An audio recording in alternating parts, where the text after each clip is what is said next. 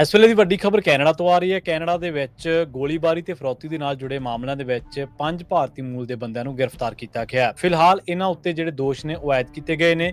ਸਰੀ police ਨੇ ਇਹ ਜਾਣਕਾਰੀ ਦਿੱਤੀ ਹੈ। ਪੁਲਿਸ ਨੇ ਦੱਸਿਆ ਕਿ ਫਰੌਤੀ ਤੇ ਹੋਰ ਦੋਸ਼ਾਂ ਦੇ ਚੱਲਦਿਆਂ ਪੁੱਛਗਿੱਛ ਅਤੇ ਸਬੂਤ ਇਕੱਠੇ ਕੀਤੇ ਜਾ ਰਹੇ ਨੇ, ਜਿਸ ਤੋਂ ਬਾਅਦ ਇਹਨਾਂ ਉੱਤੇ ਹੋਰ ਦੋਸ਼ ਵੀ ਜਿਹੜੇ ਨੇ ਉਹ ਲੱਗ ਸਕਦੇ ਨੇ। ਦੱਸਿਆ ਗਿਆ ਕਿ 27 ਮਾਰਚ ਨੂੰ ਸਰੀ ਦੇ ਵਿੱਚ 89 ਐਵੀਨਿਊ ਤੇ 133 ਸਟਰੀਟ ਦੇ ਸਥਿਤ ਘਰ ਦੇ ਉੱਤੇ ਗੋਲੀਆਂ ਚਲਾਈਆਂ ਗਈਆਂ ਸਨ। ਹਾਲਾਂਕਿ ਇਹਨਾਂ ਵਾਰਦਾਤਾਂ ਦੇ ਵਿੱਚ, ਇਸ ਘਟਨਾ ਦੇ ਵਿੱਚ ਕਿਸੇ ਤਰ੍ਹਾਂ ਦੇ ਜਾਨੀ ਨੁਕਸਾਨ ਤੋਂ ਬਚਾ ਰਿਹਾ ਸੀਗਾ। ਪਤਾ ਲੱਗਿਆ ਕਿ ਜਿਸ ਘਰ ਤੇ ਗੋਲੀਆਂ ਚਲਾਈਆਂ ਸਨ ਉਸ ਘਰ ਦੇ ਮਾਲਕ ਤੋਂ ਫੋਨ ਦੇ ਉੱਤੇ ਫਰੌਤੀ ਮੰਗੀ ਗਈ ਸੀ ਔਰ ਬਹੁਤ ਵੱਡੀ ਰਕਮ ਮੰਗੀ ਗਈ ਸੀ।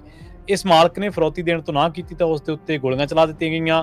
ਇਹਨਾਂ ਮੁਲਜ਼ਮਾਂ ਦੀ ਪਛਾਣ ਕੀਤੀ ਗਈ ਹੈ। ਮਨਦੀਪ ਗਿੱਡਾ 23 ਸਾਲ ਦਾ, ਨਿਰਮਾਨਜੀਤ ਸਿੰਘ ਚੀਮਾ 20 ਸਾਲਾਂ ਦਾ, ਅਰੁਣਦੀਪ ਸਿੰਘ 26 ਸਾਲਾਂ ਦਾ। ਪੁਲਿਸ ਦੇ ਮੁਤਾਬਕ ਇਹਨਾਂ ਨੂੰ 3 ਅਕਤੂਬਰ ਨੂੰ ਗ੍ਰਿਫਤਾਰ ਕੀਤਾ ਗਿਆ ਤੇ ਇਸੇ ਹਫ਼ਤੇ ਜੱਜ ਦੇ ਮੂਹਰੇ ਪੇਸ਼ ਕੀਤਾ ਜਾਣਾ ਹੈ। ਪੁਲਿਸ ਦੇ ਬੁਲਾਰੇ ਜਿਹੜੇ ਹੌਂਟਰ ਨੇ, ਉਹਨਾਂ ਨੇ ਦੱਸਿਆ ਕਿ ਪਿਛਲੇ ਸਾਲ ਅਗਸਤ ਦੇ ਵਿੱਚ ਗੋਲੀਬਾਰੀ ਦੀ ਘਟਨਾ ਵਾਪਰੀ ਸੀ ਤੇ ਉਸ ਤੋਂ ਬਾਅਦ ਫਰੌਤੀ ਦੇ ਮਾਮਲੇ ਦੇ ਵਿੱਚ ਹੁਣ ਤੱਕ ਜਿਹੜੀ ਜਾਂਚ ਕੀਤੀ ਗਈ, ਉਹਦੇ ਆਧਾਰ ਤੇ ਅਭਿਜੀਤ ਕਿੰਗਰਾ 26 ਸਾਲਾ, ਵਿਕਰਮ ਸ਼ਰਮਾ 24 ਸਾਲਾ, ਉਹਨਾਂ ਉੱਤੇ ਫਰੌਤੀ ਤੇ ਗੋਲੀਬਾਰੀ ਦੇ ਜਿਹੜੇ ਦੋਸ਼ ਨੇ ਉਹ ਆਇਦ ਕੀਤੇ ਗਏ ਨੇ। ਜਾਂਚ ਹਲੇ ਜਾਰੀ ਹੈ। ਪੁਲਿਸ ਦੇ ਮੁਤਾਬਕ ਇਹਨਾਂ ਦੀ ਹੋਰ ਅਪਰਾਧਿਕ ਮਾਮਲਿਆਂ ਦੇ ਵਿੱਚ ਵੀ ਸ਼ਮੂਲੀਅਤ ਹੋ ਸਕਦੀ ਹੈ।